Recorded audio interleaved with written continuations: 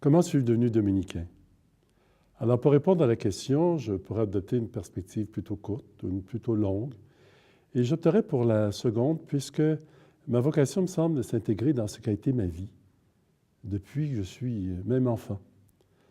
Je suis un bébé boomer, et puis à l'époque, les garçons pensaient à devenir prêtre ou devenir religieux.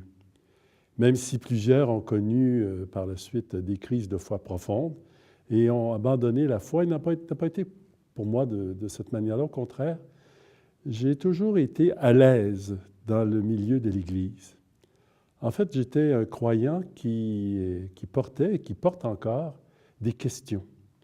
Des questions, quelquefois, peuvent prendre l'allure de doute, mais j'avais l'impression que je pourrais trouver des réponses ou aller plus loin dans la foi. Et j'ai eu cette chance, lorsque j'étais au secondaire, à l'époque, on parlait du collège classique, de rencontrer des professeurs qui m'ont présenté des auteurs passionnants pour le jeune que j'étais. Commencer par Teilhard de Chardin, qui a cette belle vision de toute cette évolution du monde, alors qu'un jeune s'interroge sur le sens de sa vie, sur le sens du cosmos, qu'on remet en question le rapport entre la foi et la science.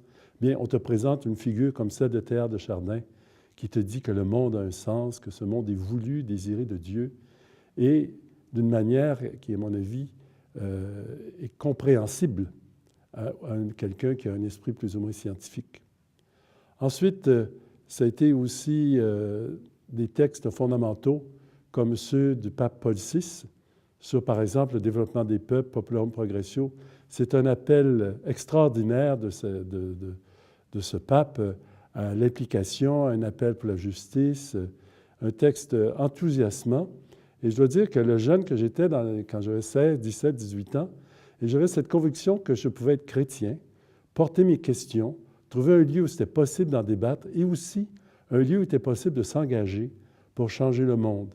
Alors, c'était l'époque aussi des grands rassemblements avec Martin Luther King. Tout était possible. Alors, je ne sentais pas une contradiction entre ce désir de changer le monde, comme tout jeune peut vouloir le faire, et mon appartenance à l'Église, le fait d'être chrétien. Évidemment, ce désir de suivre le Christ, peut-être dans le sacerdoce ou même la vie religieuse, m'a amené, après mes études, à un essai dans une communauté religieuse, et ça n'a pas fonctionné. Ça n'a pas fonctionné pour des raisons. D'abord, ce que j'étais à l'époque aussi, mais l'Église, je parle de cette ouverture, a connu des moments de grande instabilité. Alors, ce n'était pas toujours évident de saisir le projet d'une communauté dans laquelle j'aurais voulu m'insérer. Alors, tout simplement, ce que j'ai fait, je me suis mis au boulot avec ma formation de statisticien. Alors, j'ai travaillé pendant 9 ans à Bell Canada.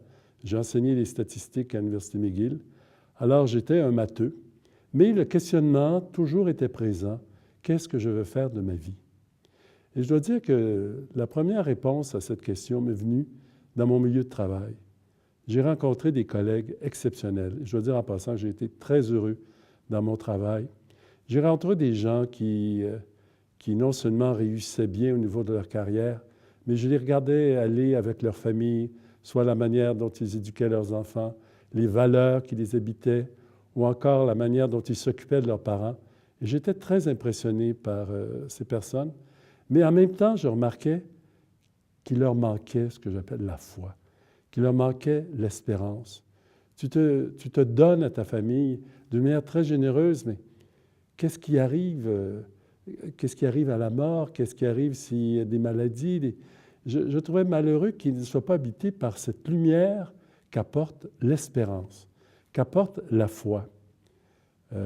Dominicain, on a bien cité cette phrase de Saint Dominique qui dit « Que vont devenir les pécheurs? » Alors pour moi, la question ne s'agit pas simplement de se situer dans l'ordre du jugement dernier, mais déjà, dans la vie actuelle, la foi apporte une lumière. La foi nous conduit même à un certain bonheur humain. Et je sentais derrière cette constatation de ce manque d'espérance un appel pour moi, hein, d'essayer d'être témoin de cette espérance qui m'habite. Et en même temps, j'ai rencontré des amis, des religieux, des bénédictins, des jésuites même, ce qui est un peu paradoxal, qui proposent d'entrer chez les dominicains. Mais les dominicains, je ne les connaissais pas du tout. Je ne connaissais aucun dominicain. Et je veux dire que l'impression que j'avais d'eux était plus ou moins favorable, même plutôt négative. Alors pour moi, les bâtisseurs de l'Église au Canada, c'était les Jésuites, les Récollets, les Sulpiciens. Les Dominicains sont arrivés sur le tard. Les Dominicains, c'est un peu des ergoteux. C'est des gens qui discutent de problèmes, qui enseignent à l'université, le beau vase dans le salon, auquel il faut faire attention. Mais je dois dire que j'ai vite changé d'idée quand j'ai commencé à les connaître. Et ça a été simplement par des lectures. Et je dois dire que c'est là que je peux dire que j'ai été séduit. Et j'utilise vraiment le mot « séduit ». Quand j'ai lu une brochure assez développée quand même sur le but de l'ordre, le but de l'ordre, justement, c'est de proclamer cette bonne nouvelle, cette parole de Dieu qui est source de vie, source d'espérance, qui amène au bonheur véritable. Évidemment, d'autres communautés partagent cet objectif, mais ce qui m'a vraiment intéressé, c'est la manière dont cet objectif est vécu dans l'ordre. Dans l'ordre, le cœur de l'ordre, c'est la parole de Dieu.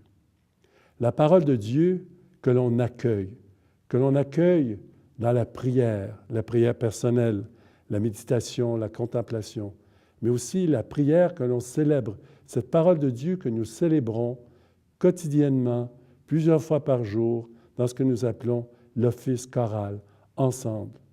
La parole aussi que l'on étudie. Vous savez, ce jeune qui est toujours porteur de questions a trouvé un milieu, justement, où c'est normal de s'interroger. La foi est tellement grande. Dieu est tellement un grand mystère qu'il est normal et même sain d'avoir des questions. Alors, accueillir Dieu dans son esprit en pouvant poser des questions et aussi accueillir la parole de Dieu entre frères. Parce que c'est quelque chose aussi qui m'a beaucoup frappé, c'est la vie fraternelle, le style de gouvernement. Je disais que j'ai travaillé pendant 9 ans à Bell Canada. Alors, c'était un style de leadership plutôt, comment dirais-je dirais pas autoritaire, mais un peu militaire. C'est très hiérarchisé, très à la verticale.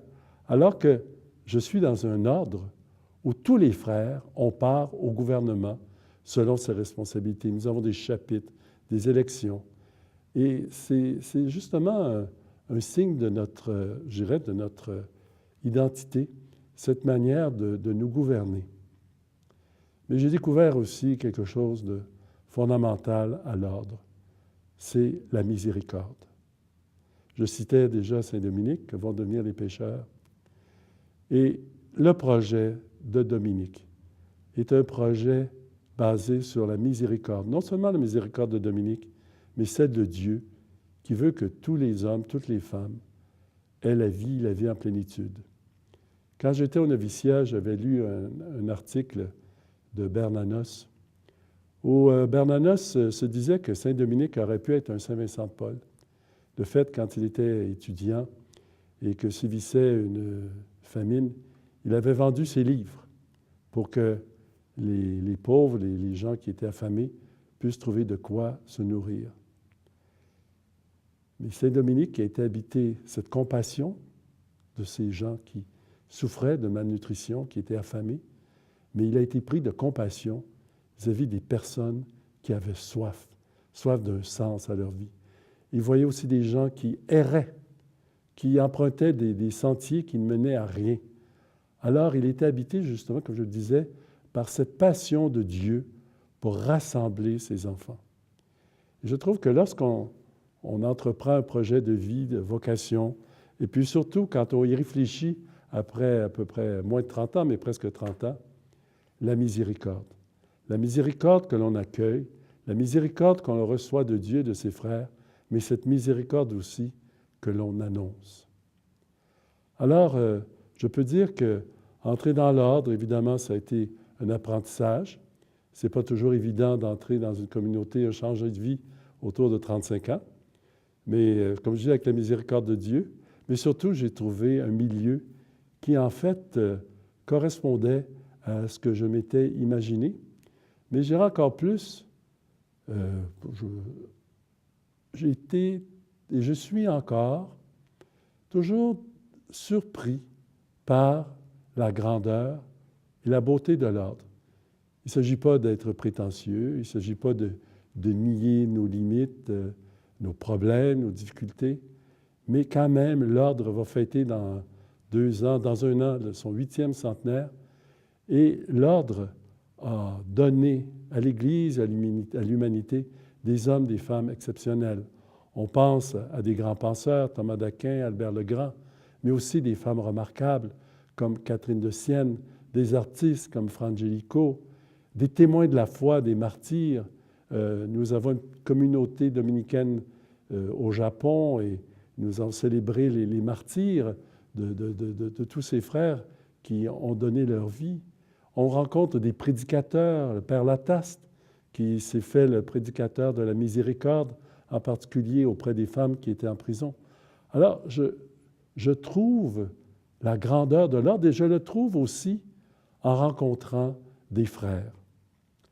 D'abord, les frères partagent cette passion. Que l'on soit au Japon, que l'on soit au Rwanda, Burundi, que l'on soit au Canada, en France, je trouve des frères qui me stimulent moi-même dans ma vocation parce que je les sens habités par cette passion d'accueillir et d'annoncer la parole de Dieu. Et ensuite aussi, j'ai rencontré dans ma vie ce que j'appelle des saints. J'ai rencontré le père Claverie, évêque d'Oran, qui a été assassiné. Il était un homme de l'Évangile. Ce n'est pas pour rien qu'en Algérie, on a voulu le faire disparaître. Mais j'ai eu la chance de le rencontrer, de le connaître. Et puis, je rencontre quotidiennement des frères ici, dans mon couvent où j'habite, qui j'en suis convaincu, sont des saints. La vie religieuse dominicaine est une voie vers la sainteté, c'est-à-dire cette pleine réalisation en Dieu. Et je trouve ça fantastique. Alors, comme je dis, j'ai près de 30 ans de vie religieuse, mais je suis encore, dans un certain sens, profondément, dans une découverte de ce qu'est l'ordre. Évidemment, j'aimerais que l'ordre poursuive sa vie et sa mission ici au Canada. La situation de l'Église, de la foi au Québec en particulier, est dans un sens difficile. On vit une période de transition où on a l'impression quelquefois où l'Église sera presque marginalisée au Québec. Quel sera l'avenir? Je ne sais pas. Mais tout ce que je sais, c'est qu'il y a encore une nécessité, et même une nécessité encore plus grande, que cette parole de Dieu, cette parole de vie, soit proclamée. Cette parole de miséricorde. Il me semble que ce dont notre monde a besoin est justement une parole de bonté, une parole qui relève, une parole qui ouvre des horizons. Et je dirais que c'est ma fonction comme prieur provincial, ce que je suis maintenant, déjà depuis quelques années et pour encore presque 4 ans, justement avec mes frères, de repenser notre présence ici en cette terre du Québec, au Canada également. Nous essayons de revitaliser notre présence au Canada anglais pour que nous soyons fidèles à l'appel qui est le nôtre, qui est celui de proclamer la parole de Dieu. Et je pense que notre manière de le faire est encore pertinente. Et je me permettrai de citer un texte de Jean-Claude Guilbeault, un penseur français. C'est une courte citation, et je crois qu'elle correspond très bien à ce que nous sommes et à ce que nous voulons être. Et je le cite. « Nous espérons une conviction stable comme un rempart et en même temps une propension au dialogue, à l'écoute, à l'autocritique. Nous voulons tout à la fois le mur qui protège et la brèche qui respire. Rien n'est plus difficile que de conjoindre les deux. Trop de clôture conduit au fanatisme, mais trop d'ouverture ramollit la conviction, voire la dissipe comme une nuée. » Fin de la citation. Nous voyons dans notre monde justement tant de fondamentalisme. Bon, on parle beaucoup de l'islam, mais aussi même à l'intérieur du christianisme, les mouvements créationnistes par exemple. Mais en même temps, il ne s'agit pas de dissoudre notre foi, mais au contraire, je parlais au début de cette foi questionnante, de cette foi qui n'a pas peur, de cette foi qui n'a pas peur d'entrer en dialogue avec tous les hommes, toutes les femmes qui cherchent.